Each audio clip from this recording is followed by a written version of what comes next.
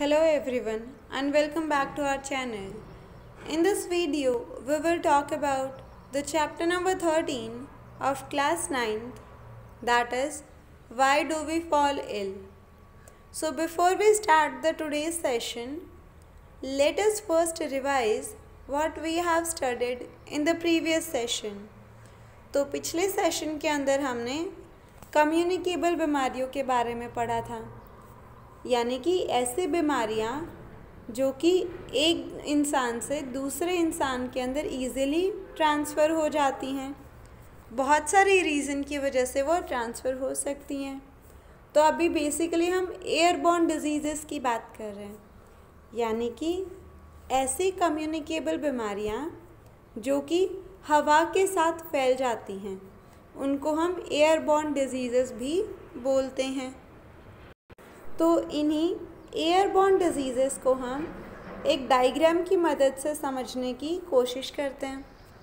For example, ये कोई infected individual है।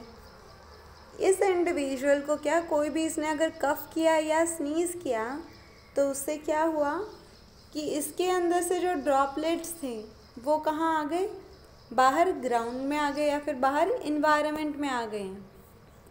अब बाहर तो एयर के अंदर और दूसरे इंडिविजुअल्स भी सांस ले रहे हैं। तो जब इसने खांसा या छींका तो वो कुछ दूर तक वो जो ड्रॉपलेट्स थे वो गए। अब ड्रॉपलेट्स दो टाइप के हो सकते हैं। एक तो हो सकता है हैवी ड्रॉपलेट और दूसरा हो सकता है लाइट ड्रॉपलेट। तो ये जो हैवी ड्रॉपलेट हैं ये तो बहुत ही कम ड्यूरेशन तक ट्रैवल कर पाएंगे, यानी कि हैवी है। हमें ये चीज़ पता है कि अगर कोई हैवी चीज़ होती है, कोई भारी चीज़ होती है तो वो जल्दी सेटल डाउन हो जाती है। वहीं अगर कोई लाइट चीज़ होती है तो वो काफ़ी टाइम तक फ्लोट कर सकती है किसी मीडियम में। तब इसने जो कफ किया तो जो ड्रॉपलेट आई तो उनमें से जो हैवी ड्रॉपलेट थी वो तो क्या हो गई, नीचे सेटल डाउन हो गई एक टाइम के बाद, 1 या 2 मिनट में। बट अब वो जो लाइट ड्रॉपलेट बच गई उनका क्या होगा कि वो काफ़ी टाइम तक हवा के अंदर प्रेजेंट रहेंगी। अब उससे क्या होगा कि मतलब उतने ही टाइम तक वो जो इन्फेक्शियस पार्टिकल्स हैं वो एयर के अंदर प्रेजेंट हैं। अब वो कुछ दूर तक तो हवा के करंट के साथ साथ मूव करेंगे, पर एक टाइम के बाद वो भी नीचे आके सेटल डाउन हो जाएंगे। पर प्रॉब्लम कहाँ आती है? प्रॉब्लम ये इस बीच में आ रही है जब ये हवा के अंदर ट्रैवल कर रहे हैं। क्यों? क्योंकि जब तक ये हवा के अंदर ट्रैवल कर रहे हैं तब तक इसका मतलब ये है कि अगर वहाँ पे कोई भी दूसरा इंसान उस हवा में सांस लेगा तो वो क्या करेगा, इन ड्रॉपलेट्स को इनहेल कर लेगा, यानी कि अपने अंदर ले लेगा। और उन ड्रॉपलेट में क्या थे, इन्फेक्शियस पार्टिकल्स थे। तो हवा के साथ वो जो इन्फेक्शियस पार्टिकल्स हैं वो भी जो दूसरे इंडिविजुअल है, यानी जो हेल्दी इंडिविजुअल हैं, उसके शरीर के अंदर चले जाएंगे। तो इसका मतलब क्या हुआ, बिना किसी को टच किए हुए भी जो इन्फेक्टेड पर्सन के जो वायरल पार्टिकल्स थे वो हेल्दी इंडिविजुअल के अंदर ट्रांसमिट हो गए। किस चीज़ के थ्रू? हवा के थ्रू। इसीलिए इस टाइप को हम क्या बोलते हैं, एयरबॉर्न डिजीज़ेस भी बोलते हैं, यानी कि वो बीमारियां जो हवा के साथ भी फैल जाती हैं। The air transmitted diseases are easier to catch the closer we are to the infected person. तो हमें ये हवा से होने वाली जो बीमारियां हैं इनके चांसेस उतने ही ज़्यादा होंगे जितने ज़्यादा हम उस जो इन्फेक्टेड पर्सन है उसके पास में रहेंगे। However, in the closed areas, the droplet nuclei recirculate and pose a risk to everybody. पर अगर कोई क्लोज्ड एरिया है, यानी कि फॉर एग्ज़ाम्पल कोई बंद सा कमरा है वहाँ पे उस इन्फेक्टेड पर्सन ने क्या किया, कफ किया या स्नीज़ किया, तो वहाँ पे क्या होगा, हवा तो है नहीं, वेंटिलेशन नहीं हो रहा है वहाँ पे। वेंटिलेशन का मतलब क्या होता है कि हवा बाहर निकल के जा रही होती है, वहाँ से हवा रिसर्क्यूलेट कर रही होती है पूरी। पर यहाँ तो ऐसा कुछ भी नहीं हो रहा है। तो इसका मतलब वो जो पार्टिकल्स थे वो और ज़्यादा टाइम तक उस हवा में रहेंगे, और इसका मतलब ये होगा कि जितने ज़्यादा टाइम तक वो वहाँ पे हवा में मौजूद हैं, उतने ही टाइम तक अगर कोई दूसरा इंडिविजुअल उनको इनहेल करेगा तो उसके अंदर भी ये जो बीमारी है वो लगने के चांसेस उतने ही ज़्यादा बढ़ जाएंगे। Overcrowding and poorly ventilated housing is therefore a major factor in the spread of airborne diseases।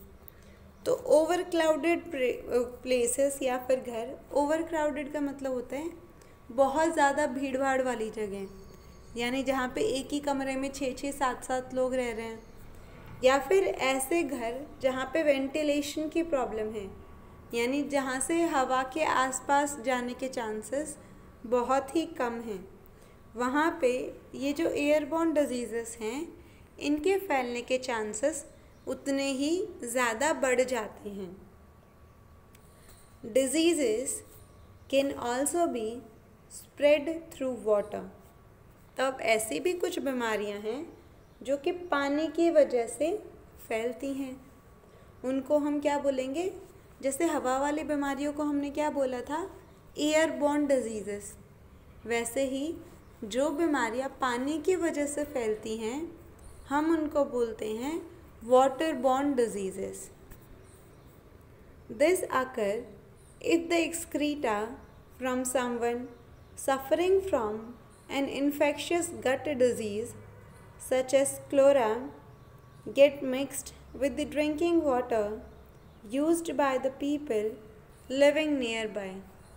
तो अब ये कैसे फैल सकती हैं, उस चीज़ को आपको एक एग्जाम्पल बताया हुआ है कि कोई भी एक ऐसा इंसान है जिसको कोई बीमारी हुई है, कोई भी इन्फेक्शन वाली उसको बीमारी है, उसका जो एक्सक्रीटा है यानी उसका जो वेस्ट मटेरियल है उसके शरीर से जो बाहर निकल रहा है, चाहे वो यूरिन हो चाहे वो फीकस हो, अगर वो किसी भी तरीके से उस पानी के अंदर जाके मिल जाए और अगर कोई भी दूसरा इंसान वहाँ उस पानी को फिर पी ले तो उसको क्लोरेला जो बीमारी है वो हो सकती है।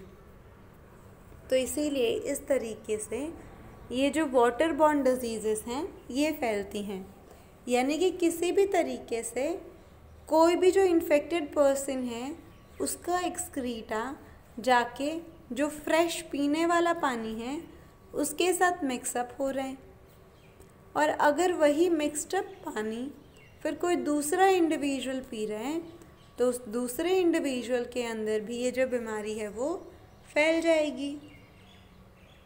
The cholera causing microbes will enter new host through the water they drink and cause diseases in them. तो ये जो क्लोरा बीमारी फैलाने वाले जो माइक्रो ऑर्गेनिज्म हैं ये क्या करेंगे, उस पानी पीने की वजह से नए होस्ट के अंदर चले जाएंगे। किस चीज़ के थ्रू पहुंचेंगे, पानी के थ्रू पहुंचेंगे जो कि उसने पिया है, और उन इंडिविजुअल के अंदर जाके भी वो क्या करेंगे, बीमारी फैला देंगे। Such diseases are much more likely to spread in the absence of safe supplies of drinking water।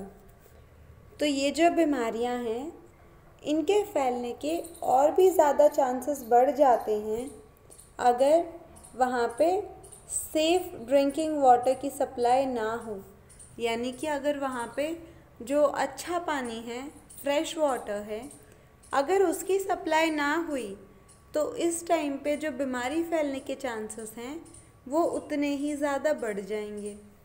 और जो बीमारियाँ पानी की वजह से फैलती हैं उनको हम क्या बोलते हैं, वाटर बॉर्न डिजीज़ेस, यानी वाटर का मतलब पानी, बॉर्न का मतलब पैदा होना, डिजीज़ेस यानी बीमारी।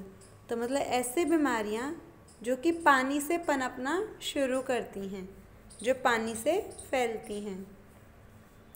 The sexual act is one of the closest physical contact two persons can have with each other.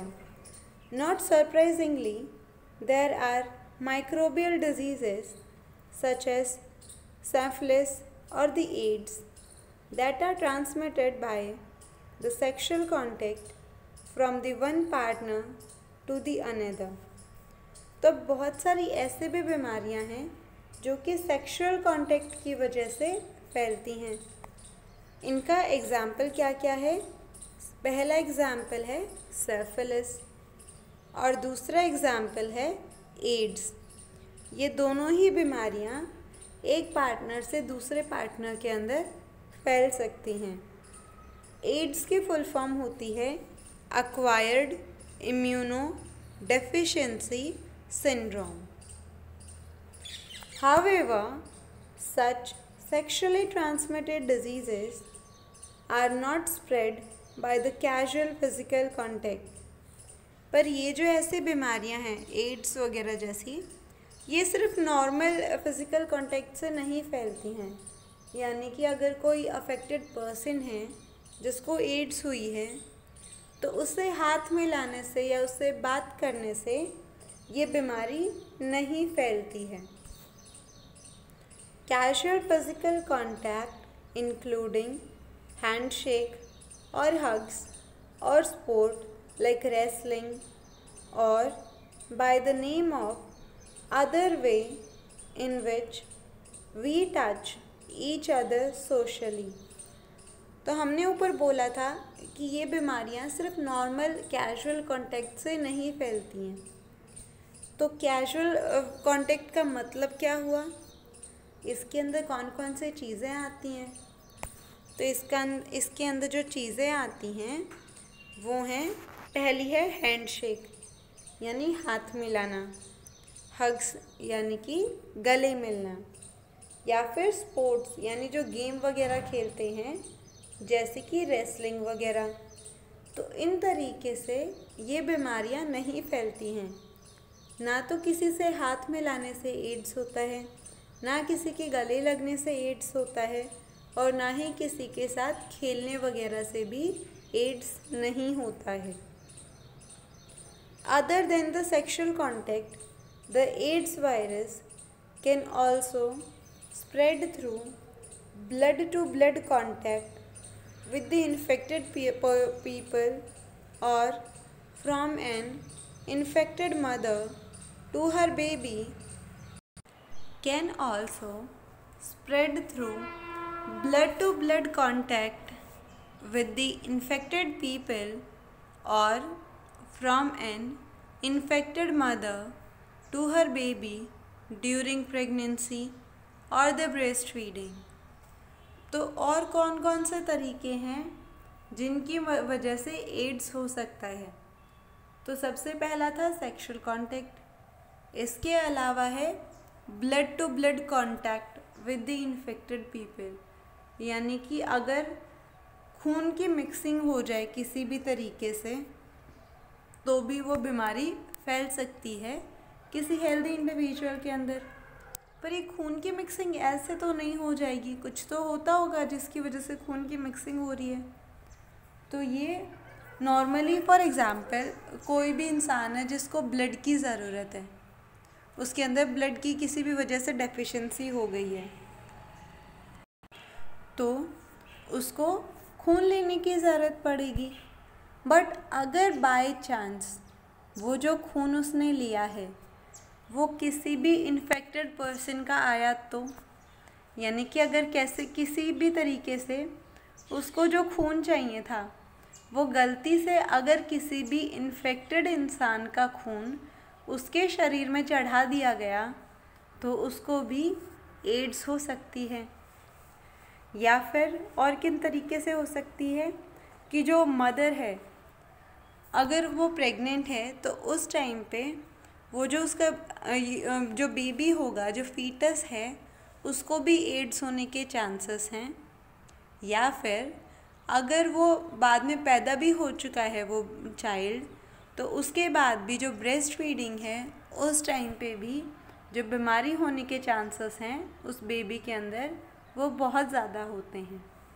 इनके अलावा एक और रीज़न भी है जिसकी वजह से एड्स हो सकता है, और वो है इन्फेक्टेड निडल की शेयरिंग की वजह से। इन्फेक्टेड निडल शेयरिंग का मतलब क्या हो सकता है?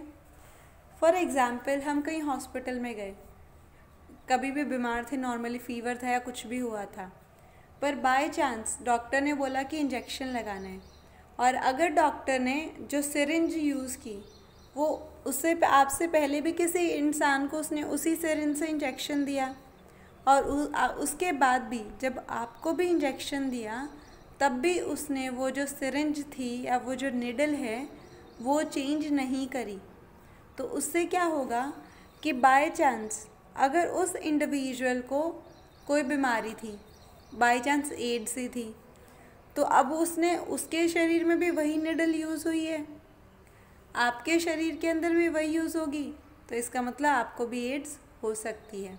तो इसीलिए ये जो सिरिंज वगैरह होते हैं, जब भी इंजेक्शन्स वगैरह लगते हैं तो हर बार एक नई सिरिंज का यूज़ करना चाहिए, क्योंकि हमें नहीं पता कि कौन से इंडिविजुअल के अंदर कौन सा बीमारी है।